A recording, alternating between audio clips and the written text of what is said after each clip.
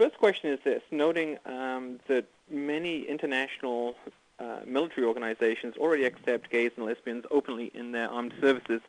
The comment at the beginning of the conference call talked about the implications on the American armed forces in doing so. Could you cite any examples of the rape, sodomy, etc., and how the foreign services have actually dealt with those, and what provisions they actually have in place, and why this couldn't be put in place in the U.S. Armed Forces?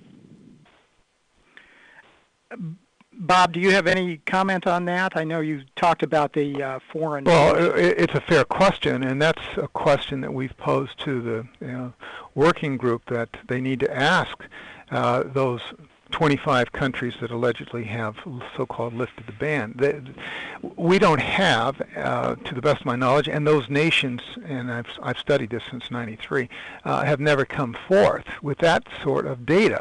But I'm told that we're going to ask. But keep in mind, when you consider it's really a red herring as far as I'm concerned, comparing us to other nations for a variety of reasons. Certainly, we have a very different political culture here, and we have a very litigious homosexual movement. The cases in which homosexuals are eliminated from the service typically fall into a couple of categories. One being where they are self-identified and they want to be eliminated administratively. The other is where there is some sort of criminal interaction with others.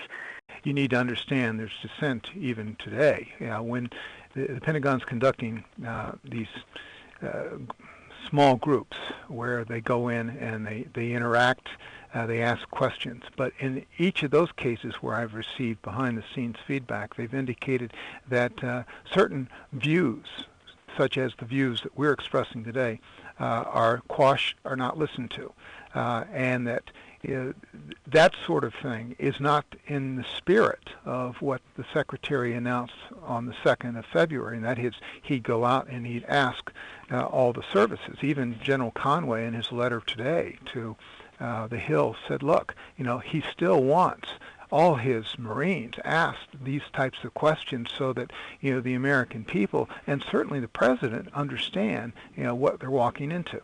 And this atmosphere of political correctness that Colonel McGinnis has already alluded to would give us a situation where we might expect that victims would be less likely to report homosexual assaults, and commanders might be less likely to vigorously punish them for fear of appearing discriminatory or homophobic.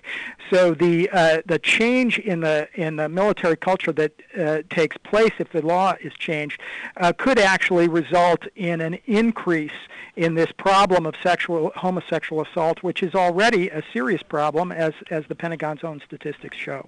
Yeah, so you're saying there'd be more people would not report non-consensual sexual assault if there were open gay service in the military? Well, I'm saying that if there was ambiguity as to whether the case was consensual or non-consensual, as to whether it was a criminal act, then they would be less likely to report.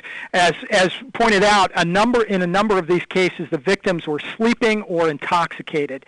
Under those circumstances, their memory may be clouded, and so they may not be able to give the evidence may not be strong enough to stand up in a court-martial and actually to prove guilt on a charge of forcible sodomy, for example. Nevertheless, something inappropriate clearly may have happened. The Uniform Code of Military Justice may have been violated, and yet a victim may think twice about coming forth in a situation where there may have been some ambiguity.